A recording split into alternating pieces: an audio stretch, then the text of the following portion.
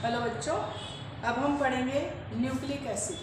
This is a very important biomolecule. ये शरीर का बहुत ही आवश्यक, इम्पॉर्टेंट, महत्वपूर्ण जैव है।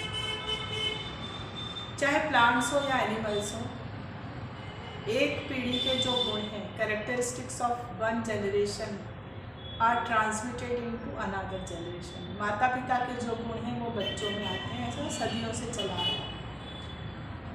तो this transmission of inherent characters from one generation to another generation is known as heredity. इसी को हम हेरिडिटी, आनुवंशिकता बोलते हैं। जबकि एक जनरेशन से दूसरी जनरेशन में गुणों का ट्रांसमिशन होता है, एक जनरेशन से दूसरी जनरेशन में गुण चले जाते हैं। तो ये जो ट्रांसमिशन है, it has been observe that nucleus plays a very important role. Nucleus इसमें एक बहुत आवश्यक रोल निभाता है। And the particles which are responsible for transmission of character are known as chromosome. और न्यूक्लियस में पाए जाने वाले कण, पार्टिकल्स, जो हेरिडिटरी कैरेक्टर को ट्रांसफ़र करते हैं, उन्हीं को हम क्रोमोसोम्स बोलते हैं। And these chromosomes are made up of proteins and nucleic acid. और ये जो क्रोमोसोम्स हैं, कुछ प्रोटीन और न्यूक्लिक अम्ल के द्वारा बनाए जाते हैं। तब हम पढ़ेंगे कि न्यूक्लिक एसिड क्या होते हैं।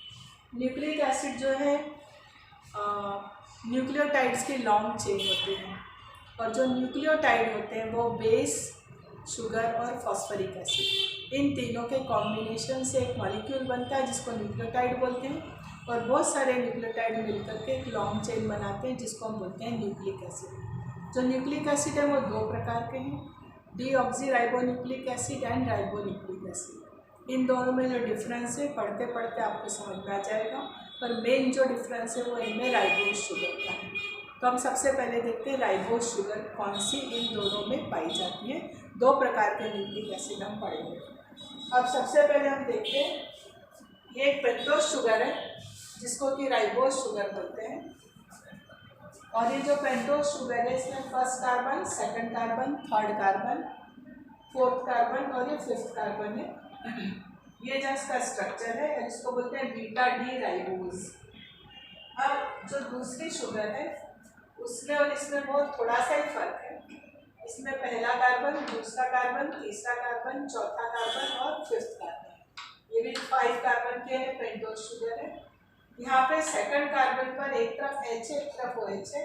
इसमें सेकंड कार्बन पर एक तरफ H है और सेकंड कार्बन के OH का O इसमें से गायब है, यहाँ पर O नहीं है, इसलिए इसको बीटा 2 डीऑक्सीराइबोज बोलते हैं। बीटा डी तो है ही, बीटा फॉर्म है, कॉन्फिगरेशन डी है।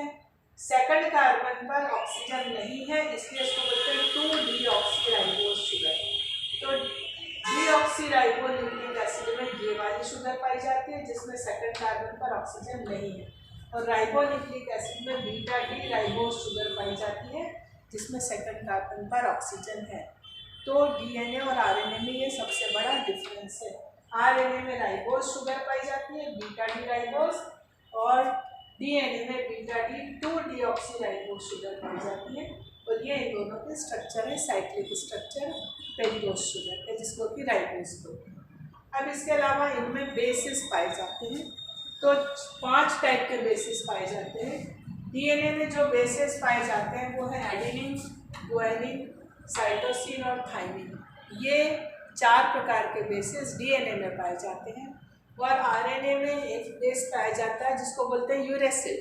आरएनए में थाइमिन नहीं पाया जाता, लेकिन यूरेसिल बेस इसमें पाया जाता है। बेस के हम स्ट्रक्चर देखें, ये 2 जो एडेनिन और गुआनिन है, इसमें 2 रिंग्स है। अब जो एडेनिन और गुआनिन का स्ट्रक्चर है, इसमें यहाँ पे सी डबल बॉन्ड सी है, एन है, फिर ये वाला सी डबल बॉन्ड से लिंक है, यहाँ पर एन और सी है, और ये सी डबल बॉन्ड एन है, और इसके ऊपर इस सी के ऊपर NH2।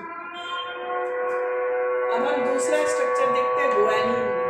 गुआनिन और इसमें मामूली सा फर्क है, यहाँ पर अगर NH2 आ गया और सी डबल NH2 की जगह डबल बॉन्ड हो गया तो दिस बिकम्स, ये जो है ये बन जाता है गुआनिन बन जाता है। तो दिस इज गुआनिन। तो एडेनिन हो गया, उसके बाद ये हो गया गुआनिन। ग्वानिन के बाद यहाँ पर है साइटोसिन, थायमिन और यूरेसिल। ये सिंगल साइक्लिक स्ट्रक्चर है, सिंगल रिंग के हैं। ये साइटोसिन है, साइटोसिन में C पर NH2 है, थायमिन में इस C के ऊपर डबल बॉन्ड O है, और यूरेसिल में डबल बॉन्ड O है, लेकिन यहाँ पर भी डबल बॉन्ड O है। डबल बॉन्ड O तीनों में है, तो ये इन दोनों में डिफरेंस हो गया। थायमिन में इस कार्बन पर मिथाइल है, जबकि साइटोसिन यूरेसिल में इस कार्बन के ऊपर हाइड्रोजन है। तो ये 5 प्रकार के बेसिस इसमें पाए जाते हैं।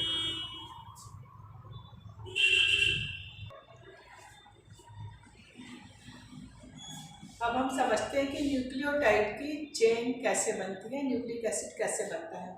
उसके पहले हम देखेंगे कि जब शुगर मॉलिक्यूल जब एक बेस से जुड़ता है, यहाँ का OH, ऊपर का OH और बेस के NH2 का H या NH का H, वो आपस में जुड़कर वाटर मॉलिक्यूल निकालते हैं और बेस शुगर से जुड़ जाता है। तो जब बेस शुगर से जुड़ता है तो हम इसको बोलते हैं nucleoside. This is a nucleoside. ये किसका कॉम्बिनेशन है? बेस का शुगर के साथ। अब जब बेस और शुगर एक फॉस्फोरिक एसिड से कंबाइन करते हैं तो यहाँ पे फॉस्फेट लिंकेज आ जाती है, तो हम उसको बोलते हैं न्यूक्लियोटाइड बोलते हैं। बेस है, ये शुगर है, और यहाँ पे CH2OH और फॉस्फोरिक एसिड का OH वाटर मॉलिक्यूल निकलता है, और तो फॉस्फेट ग्रुप इससे आकर के जुड़ जाता है। तो न्यूक्लियोटाइड में क्या होगा? एक बेस होगा, एडेनिन, गुआनिन, थायमिन, साइटोसिन या यूरेसिल, चाहे DNA हो या RNA हो, तो पांचों में से कोई एक बेस होगा, एक राइबोज शुगर होगी, या तो डीऑक्सीराइबोज शुगर होगी या राइबोज शुगर होगी, और उसके साथ एक फॉस्फोरिक एसिड जुड़ने से फॉस्फेट ग्रुप आ गया। तो ये एक बन गया न्यूक्लियोटाइड। अब जब दो न्यूक्लियोटाइड आपस में जुड़ते हैं तो डाइन्यूक्लियोटाइड बनते हैं। इसी प्रकार से ट्राई न्यूक्लियोटाइड बनेंगे, और जब बहुत सारे जुड़ेंगे तो पॉलीन्यूक्लियोटाइड बनेंगे। मतलब क्या बन जाएगा? न्यूक्लिक एसिड बन जाएगा। तो हम यहाँ पे दो न्यूक्लियोटाइड लिए हैं, बेस है, शुगर है और फॉस्फेट ग्रुप है। फिर इसी प्रकार से दूसरा बेस है, शुगर है और फॉस्फेट ग्रुप है। अब ये दोनों ऐड होते हैं 5वें नंबर और तीसरे नंबर के कार्बन के OH की हेल्प से। ये थर्ड का OH है और ये 5वें नंबर का CH2 है। ठीक है, तो ये थर्ड नंबर का जो OH है और यहाँ जो फॉस्फोरिक एसिड का OH है, इनके बीच में से एक वाटर मॉलिक्यूल एलिमिनेट हो जाता है और ये फॉस्फेट इसके तीसरे से जुड़ जाता है। यहाँ पर ये ऑलरेडी 5वें से जुड़ा है, यहाँ पर किससे जुड़ जाएगा? तीसरे से जुड़ जाएगा। तो ये देखिए, ये 5वें का फॉस्फेट ग्रुप, ये वाला, ये फॉस्फेट हो गया, ये 5वां कार्बन है, और ये तीसरा कार्बन है। तीसरे कार्बन का OH और यहाँ का OH का H निकाल के वाटर मॉलिक्यूल हुआ, तो O से फॉस्फेट से जुड़ गया, और ये फॉस्फेट किससे जुड़ा हुआ है? ये शुगर और बेस से जुड़ा हुआ, मतलब ये एक न्यूक्लियोटाइड हुआ और ये दूसरा न्यूक्लियोटाइड हुआ, ये फॉस्फेट के थ्रू एक दूसरे से जुड़ गया, तो ये बन गया डाइन्यूक्लियोटाइड। ये इसका 5 एंड ऑफ द चेन बोलते हैं क्योंकि यहाँ पे 5वां कार्बन है। ये third end of the chain बोलते हैं क्योंकि यहाँ पे तीसरा कार्बन है। तो इस प्रकार से न्यूक्लियोटाइड, अब ये डाइन्यूक्लियोटाइड है, और अधिक न्यूक्लियोटाइड जुड़ते जाएंगे इसमें नीचे, और यहाँ पर ऊपर फॉस्फेट की हेल्प से न्यूक्लियोटाइड आपस में जुड़ते चले जाते हैं और पॉलीन्यूक्लियोटाइड बनाते हैं। इस प्रकार से न्यूक्लिक एसिड बनता है। अब किसी भी न्यूक्लिक एसिड को सिंपल तरीके से हमको समझना है तो बेस है, शुगर है, फॉस्फेट है, बेस है, शुगर है, फॉस्फेट, ये जो यूनिट है बेस, शुगर, फॉस्फेट, ये एन टाइम्स ये जुड़ती चली जाती है और एक लंबी श्रृंखला का निर्माण होता है, and that long chain is known as nucleic acid. उसी को हम न्यूक्लिक एसिड बोलते हैं।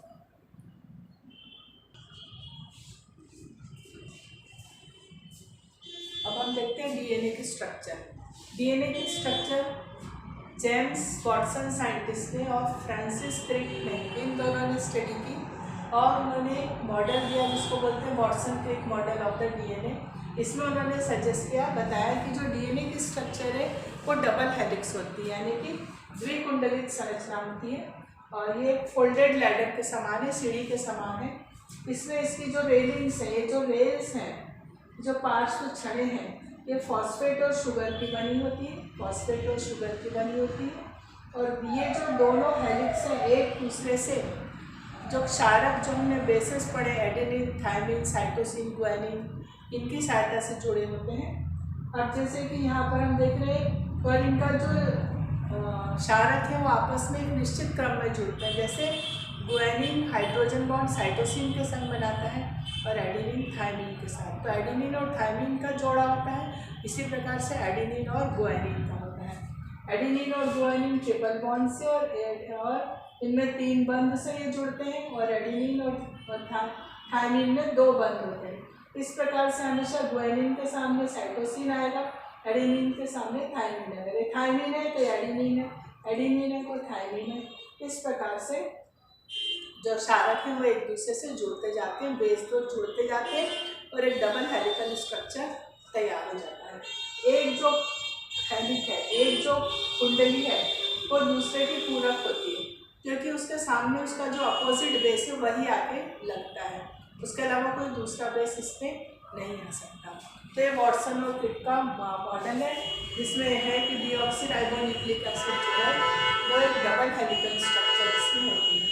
अब जो आरएनए मॉलिक्यूल्स हैं, राइबोन्यूक्लिक अम्ल है, राइबोन्यूक्लिक एसिड है, उनमें सिंगल हेलिक्स ही होता है, लेकिन कभी कभी जो सिंगल हेलिक्स है वही डबल हो जाता है, तो डबल हेलिक्स का टाइप दिखाई देने लगता है, लेकिन होता बेसिकली सिंगल हेलिक्स। अब आरएनए में हमको पता है कि यूरेसिल पाया जाता है, थायमिन नहीं पाया जाता है। और आरएनए 3 टाइप के होते हैं, मैसेंजर आरएनए जिसको mRNA बोलते हैं, राइबोसोमल आरएनए जिसको rRNA बोलते हैं, और ट्रांसफर आरएनए यानी कि tRNA बोलते हैं। इन तीनों राइबोसोम्स के अलग अलग काम होते हैं और ये प्रोटीन सिंथेसिस वगैरह में बहुत ही इम्पॉर्टेंट होते हैं। अब हम पढ़ते हैं डीएनए फिंगरप्रिंटिंग के बारे में या डीएनए अंगुली छापन के बारे में। आपने इसका बहुत नाम सुना होगा कि डीएनए टेस्ट कराया, कोई अपराधी था तो उसके डीएनए टेस्ट से पहचान हुई। तो जो डीएनए टेस्ट है वो क्या होती है उसको हम समझें। हर एक प्राणी का, हर एक इंडिविजुअल का डीएनए में जो बेसिस होते हैं, बेसिस का जो सीक्वेंस है वो डेफिनेट होता है और वो हर एक सेल में पाया जाता है। मेरा जो डीएनए का सीक्वेंस हो मेरे बॉडी के हर एक सेल में पाया जाएगा। ऐसा नहीं कि अगर हेयर में है तो स्किन में नहीं होगा। Every cell contains the same sequence of bases in DNA और इसको किसी भी प्रकार से बदला नहीं जा सकता। पहले फिंगरप्रिंट्स को हम लेते थे कि जो फिंगरप्रिंट्स है वो हर एक व्यक्ति की यूनिक होती है, इसके जैसा कोई दूसरा नहीं होता, लेकिन सर्जरी के द्वारा इसको चेंज कर सकते हैं। लेकिन डीएनए के सीक्वेंस को हम किसी भी प्रकार की सर्जरी से चेंज नहीं कर सकते हैं। इसलिए जो डीएनए का सीक्वेंस है वो किसी एक प्राणी का, एक इंडिविजुअल का यूनिक है, तो इसलिए वो उस प्राणी की पहचान है, आइडेंटिटी है। तो किसी भी प्राणी का अगर हम बेसिस का निकाल लेते हैं तो हम उसको आइडेंटिफाई कर सकते हैं कि ये पैटर्न है, तो ये पर्टिकुलर व्यक्ति है। और वो किस काम में आता है? वो आता है इस काम में आता है कि अगर कोई क्रिमिनल है उसकी पहचान करने में आता है, क्योंकि क्रिमिनल जो है वो आपस में अपना रूप, रंग, वेशभूषा वगैरह चेंज कर लेते हैं, पर डीएनए अपना नहीं बदल सकते। तो जितने क्रिमिनल्स होते हैं, अपराधी होते हैं, उनकी पहचान करने में काम आता है। फिर डीएनए फिंगरप्रिंटिंग आती है उनकी पैटर्निटी डिसाइड करने में, किसी भी व्यक्ति के माता कौन है, पिता कौन है, वो तय करने में डीएनए फिंगरप्रिंटिंग काम आती है। इसी प्रकार से डीएनए फिंगरप्रिंटिंग काम आती है कि जो बायोलॉजिकल इवोल्यूशन है, उस बायोलॉजिकल इवोल्यूशन में कोई एक पर्टिकुलर प्रजाति, कोई एक पर्टिकुलर रेस कहाँ से आई है, ये पता करने में भी डीएनए फिंगरप्रिंटिंग काम आती है। और डीएनए फिंगरप्रिंटिंग के द्वारा ये तीनों जानकारी से लोगों की पहचान करने में बहुत ही ज़्यादा हेल्प मिलती है।